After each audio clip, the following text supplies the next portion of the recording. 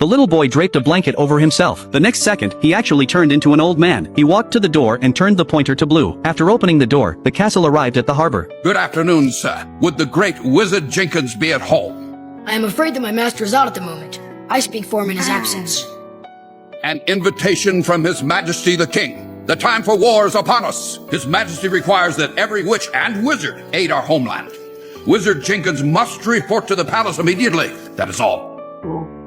After the king's messenger left, knocking was soon heard at the door again. This time, the boy turned the pointer to red. After opening the door, the castle actually arrived in a neighboring country. Good day. Would this be the residence of the great wizard Pendragon? It is. I bear an invitation from His Majesty the King. Please inform Mr. Pendragon that all witches and wizards are required to report for duty at the palace.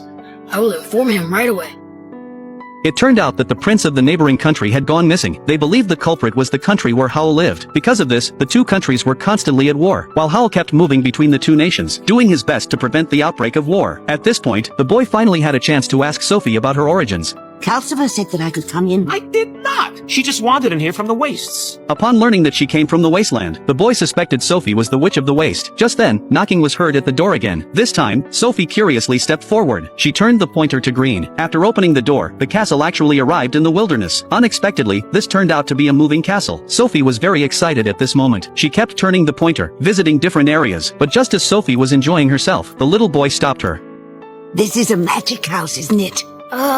So tell me, where does the black one lead? Only Master Howl knows that. At this point, the little boy took out bread and cheese, but Sophie discovered bacon and eggs. The little boy explained that as long as Howl wasn't home, they couldn't use the fire, because Calcifer only listened to Howl. However, Sophie ignored this, directly taking a frying pan and walking up to Calcifer, commanding it to cook for her. I don't cook! I'm a scary and powerful fire demon! Blah, blah, blah, blah, blah, blah, blah. How would you like a bucket of cold water in your face? Or maybe I should tell Howl about our bargain? In the end, under Sophie's coercion and persuasion, the arrogant Calcifer had no choice but to obey. The little boy nearby looked at her with admiration. Just then, the true master of the castle returned. Howl didn't say a word, but walked straight up to Sophie. Calcifer, you're being so obedient. Not on purpose, she bullied me! Not just anybody can do that. And you are who?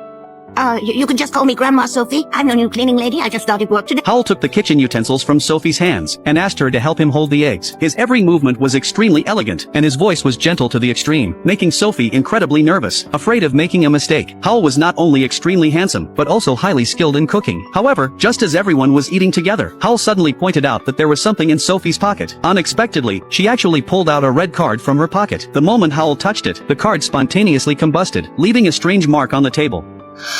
Scorch marks. How? Can you read them? That is ancient sorcery. Quite powerful, too.